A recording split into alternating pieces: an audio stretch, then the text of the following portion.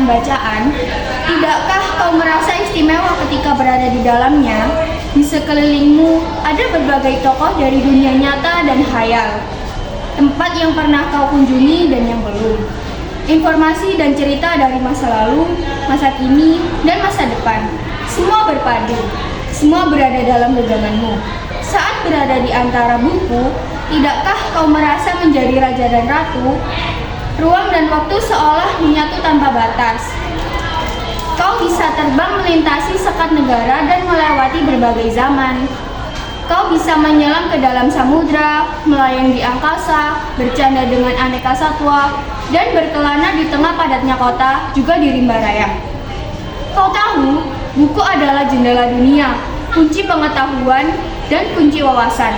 Muhammad Hatta, sang proklamator berkata, "Aku rela di penjara asalkan bersama buku, karena dengan buku aku bebas."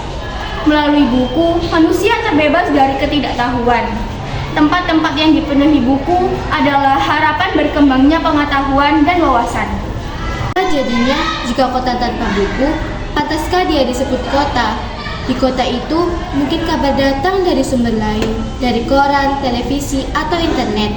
Mungkin informasi dan cerita datang dari cerita nenek moyang, bagai dongeng-dongeng sebelum tidur. Irama warganya pun tiada beda. Bangun pagi, bertebaran di muka bumi untuk berbagai keperluan, untuk kembali pulang siang atau sore harinya. Setelah itu, mereka berangkat tidur dan memulai lagi hari berikutnya. Semua serupa.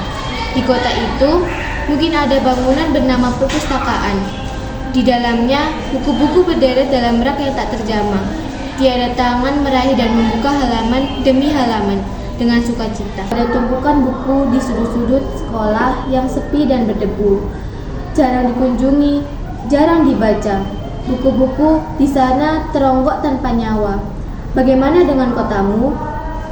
Mungkin kau tinggal di tengah kota yang megah atau di gang sempit, di desa terpencil, di sisi pesisir, atau di kaki gunung. Adakah perpustakaan, taman bacaan, atau toko buku di dekat rumahmu?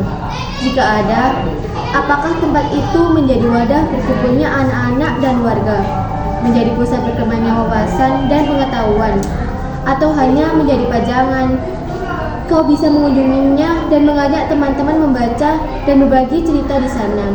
Jadikan tempat itu sumber kegembiraan dan pengetahuan. Tempat itu belum ada. Maukah kau menjadi orang yang mulai menghadirkannya? Kau bisa memulainya dari sebuah sudut di teras rumahmu. Ajak teman-temanmu memulai langkah baru. Jangan biarkan waktu berlalu tanpa buku. Siapapun dirimu, bersahabatlah dengan buku. Dia akan menjadi teman setiamu sepanjang waktu.